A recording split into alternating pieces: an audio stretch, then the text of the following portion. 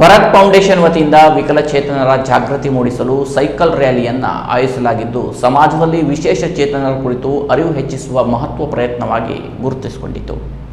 ಅವರ್ಸ ಮೂಲದ ನಿವೃತ್ತ para commando Sudhir S Naik ಅವರ ನೇತೃತ್ವದ ಫೌಂಡೇಶನ್ ವತಿಯಿಂದ ನಡೆದ ಈ ರ್ಯಾಲಿಗೆ ಅಪರ ಜಿಲ್ಲಾಧಿಕಾರಿ ಸಾಜಿದ್ ಮುಲ್ಲಾ ಹಾಗೂ ಹೆಚ್ಚುವರಿ ಪೊಲೀಸ್ ವರಿಷ್ಠಾಧಿಕಾರಿ ಕೃಷ್ಣಮೂರ್ತಿ ಚಾಲನೆ ನೀಡಿದರು.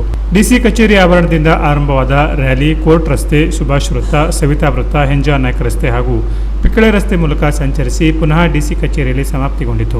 ರ್ಯಾಲಿಯಲ್ಲಿ 40ಕ್ಕೂ ಹೆಚ್ಚು ವಿದ್ಯಾರ್ಥಿಗಳು ಭಾಗವಹಿಸಿ ವಿಶೇಷ ಚೇತನರ ಬಗ್ಗೆ ಜಾಗೃತಿ ಮೂಡಿಸಿದರು.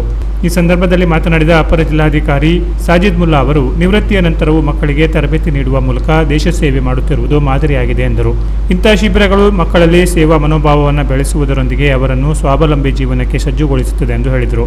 ದೇಶದ ಭದ್ರತೆಗೆ ಭವಿಷ್ಯದಲ್ಲಿ ಸೇನೆಗೆ ಸೇರುವ ಯುವಕರನ್ನು ಸಿದ್ಧಗೊಳಿಸುವಲ್ಲಿ ಈ ತರಬೇತಿಗಳು ಸಹಕಾರಿ ಎಂದು ಅವರು ಅಭಿಪ್ರಾಯಪಟ್ಟರು. ಇದೇ ವೇಳೆ ಏಪ್ರಿಲ್ 19ರಿಂದ 27ರವರೆಗೆ ಕಾರವಾರದ ಕಾತ್ಯಾಯಿನಿ ಪ್ರೌಢಶಾಲೆಯಲ್ಲಿ ಭರತ ಫೌಂಡೇಶನ್ ವತಿಯಿಂದ 4ನೇ ವರ್ಷದ ಶಿಬಿರ ನಡೆಯಿತು.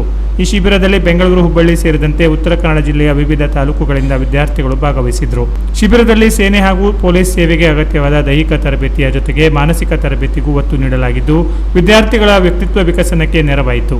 ಶಿಬಿರದ ಕೊನೆಯ ದಿನ ವಿಕಲಚೇತನರಿಗೆ ಪ್ರೋತ್ಸಾಹ ನೀಡುವ ಉದ್ದೇಶದಿಂದ ಸೈಕಲ್ ಜಾಗೃತಿ ರ್ಯಾಲಿ ಆಯೋಜಿಸಲಾಯಿತು. ಸುಂದರ ಒಂದು ಸಂಸ್ಥೆಯನ್ನು ಸ್ಥಾಪಿಸಿ ಮುಖ್ಯವಾಗಿ ಒಂದು ಜಾಗೃತಿ ಮೂಡಿಸುವ ಒಂದು ಒಳ್ಳೆಯ ಕಾರ್ಯವನ್ನ ಶ್ರೀ ಸುಧೀರ್ ನಾಯ್ಕ ಹಮ್ಮಿಕೊಂಡಿದ್ದಾರೆ. ಇವತ್ತಿನ ತಮ್ಮೆಲ್ಲರ ಪರವಾಗಿ ನಾನು ತಮಗೆ ಹೃತ್ಪೂರ್ವಕ ಸ್ವಾಗತವನ್ನು ಕೊಡ್ತಾ ಇದ್ದೇನೆ. ಅವರಿಗೆ ನೆನಪಿನ ಕಾಣಿಕೆಯಿಂದ ಆಗಮಿಸಿರುವ ಸರ್ವನ್ನ ಸ್ವಾಗತಿಸಿ ಮತ್ತೆ ನೆರವೇರ್ತ ಎಲ್ಲ ಜನರಿಗೂ ಕೂಡ ನನ್ನ ಕಡೆಯಿಂದ, ನಮ್ಮ ಫೌಂಡೇಶನ್ ಕಡೆಯಿಂದ ಮತ್ತೆ ನಮ್ಮ ಎಲ್ಲ ವಿದ್ಯಾರ್ಥಿಗಳಿಂದ ಎಲ್ಲರಿಗೂ ಅವರು ಬಹಳ ಚೆನ್ನಾಗಿ ಅದರ ಬಗ್ಗೆ ಪ್ರಾಸ್ತಾವಿಕವಾಗಿ ನುಡಿದಿದ್ದಾರೆ. ಎಲ್ಲ ಯಂಗ್ಸ್ಟರ್ಸು ತಾವು. Canara plus news, Karwar.